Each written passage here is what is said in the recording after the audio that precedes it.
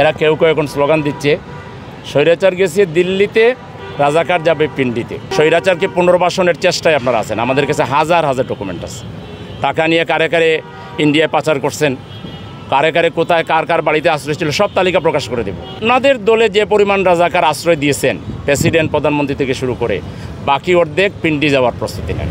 সবচেয়ে বেশি রাজাকার আপনাদের দলে, ভয়ানক লজ্জায় পড়বে। তো লেডি ফেরাউন যে কথাগুলো বইলা এখানে কোনো পাত্তা পাইল না, ছাত্ররা টিজ করে বলল তুমি কে আমি কে, রাজাকার রাজাকার, কে বলেছে স্বৈরাচার স্বৈরাচার। সেই স্বৈরাচারের বাসায় এখন যারা কথা বলবেন, এরা কেউ কেউ এখন স্লোগান দিচ্ছে স্বৈরাচার গেছে দিল্লিতে, রাজাকার যাবে পিন্ডিতে। তাইলে এই স্লোগান যারা দিচ্ছেন তারা দুই ভাগ হয়ে যান। এক ভাগ দিল্লিতে যান, কারণ আপনারা স্বৈরাচারকে তুষণ করছেন, স্বৈরাচারকে পুনর্বাসনের চেষ্টায় আপনারা আছেন। আমাদের কাছে হাজার হাজার ডকুমেন্ট আছে। টাকা নিয়ে কারে কারে ইন্ডিয়ায় পাচার করছেন, কারে কারে কোথায় কার কার বাড়িতে আশ্রয় ছিল, সব তালিকা প্রকাশ করে দেব। তাহলে আপনারা অর্ধেক স্বৈরাচারের দূষর হিসাবে দিল্লি যাওয়ার প্রস্তুতি নেন। আর আপনাদের দলে যে পরিমাণ রাজাকার আশ্রয় দিয়েছেন, প্রেসিডেন্ট প্রধানমন্ত্রী থেকে শুরু করে বাকি অর্ধেক পিন্ডি যাওয়ার প্রস্তুতি নেন।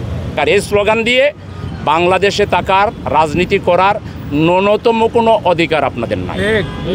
আপনারা সবচেয়ে বেশি স্বৈরাচারের দোষর, আপনারা সবচেয়ে বেশি রাজাকারের দোষর।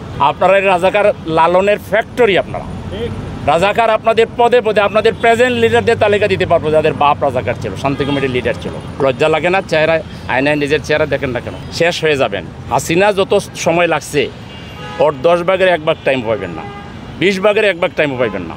তালিকা করেন যার যার দলের, আমাদেরটা আমরা দিব, আপনাদেরটা আপনারা দেন। রাজাকারেরও তালিকা করেন, মুক্তিযোদ্ধার তালিকা করেন। ভয়ানক লজ্জায় পড়বেন।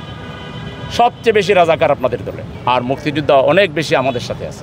ডাকেন মুক্তিযোদ্ধা সমাবেশ, একদম কার্ড দেখে দেখে ঢুকাবেন। আপনারা একটা প্রেস ক্লাবে ডাকেন, আমরা একটা ডাকি, অথবা সরহদ্দি উদ্যানে ডাকেন। মাঠ না বরুক, আপনারা এক পাশে ডাকেন, আমরা আরেক পাশে ডাকি। সাংবাদিকরা দেখুক, কার্ড চেক করুক, কোথায় রাজাকার বেশি আর কোথায় মুক্তিযুদ্ধ বেশি। আমাদের হাসিনা অনেক খারাপ কাজ করছে, একটা ভালো কাজ করছে। সে একটা রাজাকারের তালিকা করছে, এই তালিকায় তার দলকেই 1 নম্বরে রাখছিল। এটা সত্য, এটা আমরা সাপোর্ট করি। আওয়ামী লীগকে 1 নম্বরে রাখছিল, আর দ্বিতীয় যাদেরকে রাখছিল এরা এখন রাজাকার করতেছে। এরা তো নাই, এখন তো এরাই 1 নম্বর। যে 8,500 এই তালিকা করছিল, এখন যারা রাজাকার ফেনা তুলতেছে এদের। আর জামাতের 8,700, আর জামাতের করছিল 23 জন না 37 জন। এরা সবাই ইন্তেকাল করেছে, কেউ আর বাঁচিয়ে নাই।